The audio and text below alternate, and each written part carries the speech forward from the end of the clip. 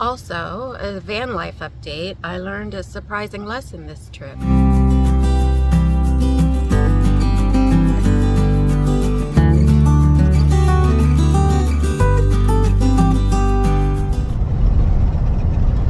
So here we are, adventure number 2. I've just pulled out, and I'm so excited because my battery is charged. I fought with the battery on my first trip, and it got down to 0. It's a lithium, so it's not as bad as if that had happened to a lead acid, but it's still not great. And it just would not charge. And it looks like I had the dip switches set incorrectly on my DC to DC charger. So my battery's at 95% right now. I've probably shortened the life of my battery, so I'll be watching that pretty close. But the electric is, I did it myself, and it was tricky. Still is tricky. And to conquer something like that, I just feel really good about it. So we're headed to do a order pickup for our groceries, and then June and I are headed out. And we landed at Cuyahoga Valley National Park, located in north central Ohio. It took so many tries to get this pic with June and the sign that my phone automatically made these little compilation videos. So funny. June. Cuyahoga Valley National Park runs north to south along the Cuyahoga River. It preserves the unique geology, plant life, and history of the region. The park is unique because it's surrounded by urban areas, with Akron on the south and Cleveland at the north. Because of this location, the Cuyahoga Valley has been a destination for nature immersion since the early Industrial Revolution. By the 1960s, residents were fearful that they would lose the beautiful valley to urban sprawl and pollution, so they petitioned the federal government to protect the river valley. And it became a national recreation area in 1974 and then a national park in 2000. Notable characteristics for van dwellers: this national park has no admission fees, it is dog friendly, and since it's surrounded by urban areas, the self-service is great, and anything you might need is easily accessible. But keep in mind there's no dispersed camping. In fact, there's no camping at all in this national park. But the Fab Four are close by: Walmart, Cracker Barrel, Cabela's, and Love's. The park's visitor center is located amongst historic buildings that are what remains of Boston Mills. Originally known as Boston Village, it became a company town for the Akron-Cleveland Bag Company when the railroad came through. The train still runs. It's a sightseeing tour run by the Park Service. When the paper mill came in, it dammed the river for its needs, built company housing, and a company store. And though the paper mill is now gone, the visitor center is housed in its former company store. There's a lot to explore and enjoy at this site. If you walk over the bridge, you can visit the old gas station, or the art gallery across the street. There's the Boston store, where you'll find sandwiches, ice cream, and souvenirs, and you can also get close up with the Cuyahoga River. At one time, this river was so polluted that it caught on fire twice. But once it was protected under the National Park Service, they cleaned up the river, and it's in much better shape now, though still not drinkable. Look how clear it is. I was so tempted to pop off my shoes and go wading.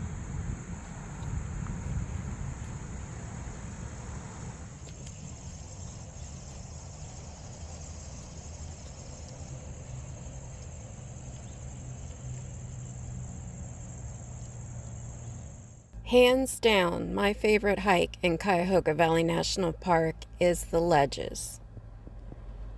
Upon entering the trail, you're almost immediately routed to these clefts in the cliffs. It's hard to believe that these aren't man-made, but they aren't. Over 300 million years ago, this area was a steamy swamp with fast-moving streams that deposited sand and quartz pebbles. Those materials were compacted into what geologists call Sharon conglomerate. Subsequent erosion created the jaw-dropping forms found on this trail. Next, June leads me under a canopy of hemlock trees. These are definitely trees you don't typically see in Ohio. They like high elevations with a cooler climate, but the ledges here are like sponges. The rock absorbs the rainfall, which then creates a cooler and moister microclimate, hospitable to plants and animals more often seen in the mountains. The layers in the sandstone are so incredibly evident in the ledges. It reminds me of flaky layered biscuits. It's incredibly tempting to find a handhold and pull yourself up, but this warning is from one of the interpretive signs. Life on the ledges is fragile. Mosses and ferns cling to sand and pebble crevices. Please help us protect this fragile life by enjoying the ledges from the trail. A moment of rock climbing, which is not allowed, can erase years of growth. This rock face is a good example of the different colors that show up in this sandstone. The dark red is from rusting iron deposits, the pale shades of gray and green are lichens, and the bright green is the beginning of moss. You also can see the honeycomb texture. This is where the quartz pebbles have washed out of the conglomerate. Behind this grate is the icebox cave, named for its cool temperatures. Brown bats hibernate here. The grate was added as part of the park's response to white nose syndrome, a fungus that is devastating bat populations in the U.S. and Canada. The Ledges Trail is approximately 2 miles long and rated moderate because of its technicality. There are a lot of uneven surfaces, so wear heavy-soled shoes, preferably with ankle support. And if you want to add some mileage, there are a couple of connecting trails. As I hiked this trail, I was completely transported to some other time and some other place. I really didn't expect that, as I've seen Cuyahoga Valley National Park listed low on national park rating lists, or I've even seen it recommended as a park you could skip. I totally disagree. This hike alone is worth the stop. It's enchanting. Okay, I'll meet you going the same direction we were.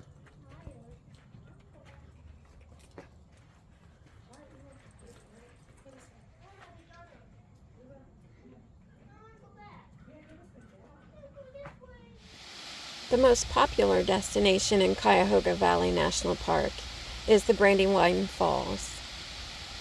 The upper viewing area is easily accessed from the parking lot via an ADA-compliant boardwalk.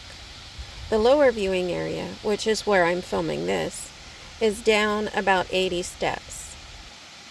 The falls is a 60-foot drop made up of distinct rock layers, and they're visible when we look at it closely. Starting at the bottom is Cleveland Shale. In the middle layer is a softer reddish Bedford Shale, and the top layer is harder, yellow Berea sandstone. This means that the top layer often gets undercut. You can see where the rocks curve around to our left, that huge chunks of sandstone have fallen to the gorge floor because of that undercut. In the early 1800s, Brandywine Creek was used to power grist, saw, and woolen mills. A small community built up around those mills, but only the foundations remain now. The community died out after the canal system and then the railroad bypassed them. Here is Brandywine Creek before the falls.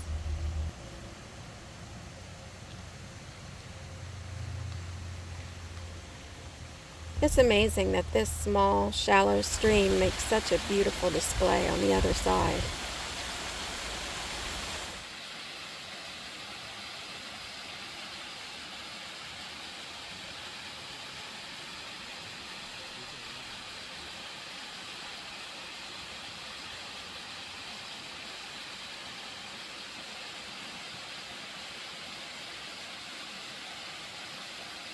If you want to continue beyond the falls, the Brandywine Gorge Loop takes you deep into the wooded ravine.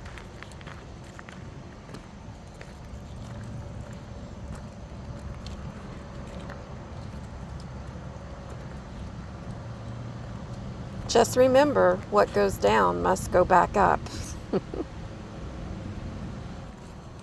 June and I braved it.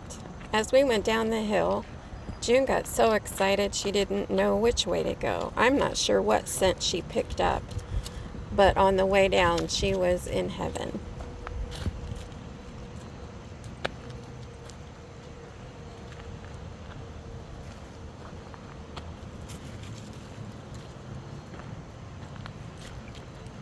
Look at these rocks.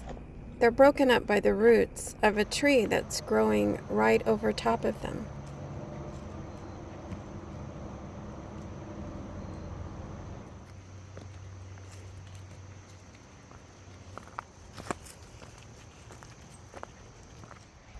This tree rotted out from the center and then broke off.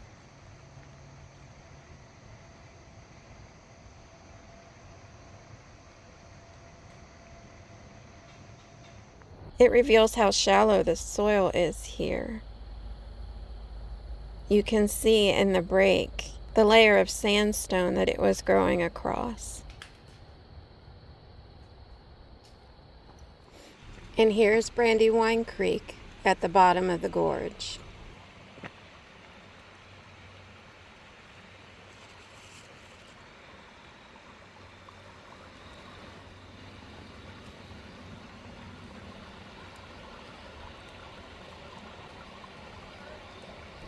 What a perfect wading creek.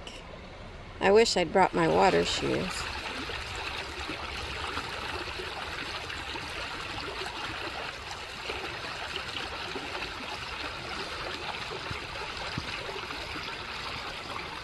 The towpath trail proved to be a welcome respite for both June and I from the more difficult hikes. We hiked the portion from the Ira trailhead to Peninsula. The towpath trail is actually bigger than the national park. It follows the historic mule path for the Ohio and Erie Canal for 101 miles. Most of the trail is ADA compliant with paved or packed surfaces. This is the remains of Lock 26. The canal provided a transportation route from Lake Erie at Cleveland to the Ohio River at Portsmouth for both goods and people.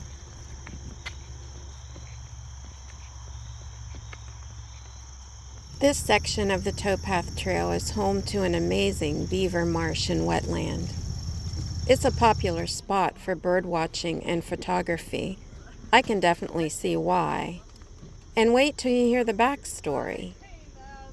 Reading from the park's interpretive sign, this 70-acre wetland was once a dairy farm and then an old salvage yard. Humans and beavers turned the site back into a marsh in the 1980s. Volunteers organized by a local Sierra club removed cars and materials from the former business site. About the same time, beavers flooded the area by building a dam across the Ohio and Erie Canal. The waters awakened long dormant seeds of wetland plants, a stunning example of nature recovering an area if given a chance. Here is the source of water for both the canal and the beaver marsh, the Cuyahoga River.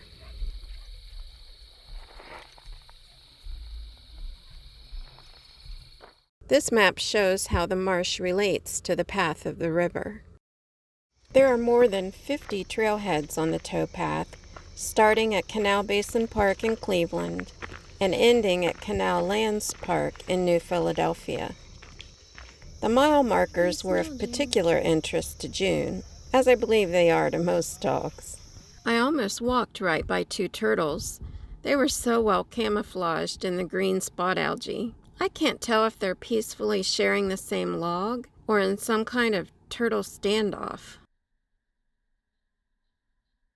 I've saved all my wildflower footage to share together. This is woodland goldenrod. It has other names such as wreath goldenrod because of how the blossoms grow together in circular clumps. It's also called blue-stemmed goldenrod.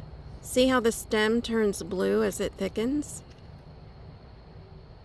This is chicory with its periwinkle color and its sawtoothed petals. This is a bearded beggar tick. In the fall, its seeds attach themselves to clothing and pets like little black ticks. But the blooms are beautiful. The New England aster is native to most of North America. They're a great flower to include in your butterfly garden. Pollinators love them. Here's another aster, the blue wood aster. Such delicate light lavender petals. They look like fairy wings. So, my final thoughts on Cuyahoga Valley National Park. What a gem. I shared only a small portion of the possibilities. There's the train rides, miles and miles of more trails, at least 2 more waterfalls, living history at the Hale Farm, plus acres and acres of adjoining state parks, metro parks, and nature preserves. For such a densely populated region, there's a wealth of green space here to explore. Also, a van life update, I learned a surprising lesson this trip. I don't mind boondocking at Walmart or Cracker Barrel, and I thought I would. Before setting out, I imagined that I would need a secluded camp spot out in the wilderness to feel settled. But Walmart parking is kind of handy. When I wake up in the morning, I can just pop in and get anything I might need before setting out for the day. As for the lights or the noise or people, I found that my window covers, earplugs, sleeping mask, all are good tools for that. And really, for the most part, I've not had to use all of those at the same time. It's surprisingly quiet at most parking lots I've tried. So our days at Cuyahoga Valley National Park are coming to a close, and it's time for our next destination and our next adventure. But before I go, I've got a cute clip I want to share with you that I captured of June. She was people watching, or rather car watching, out the back window of Mother Maybelle. It's so cute. I hope you enjoy it.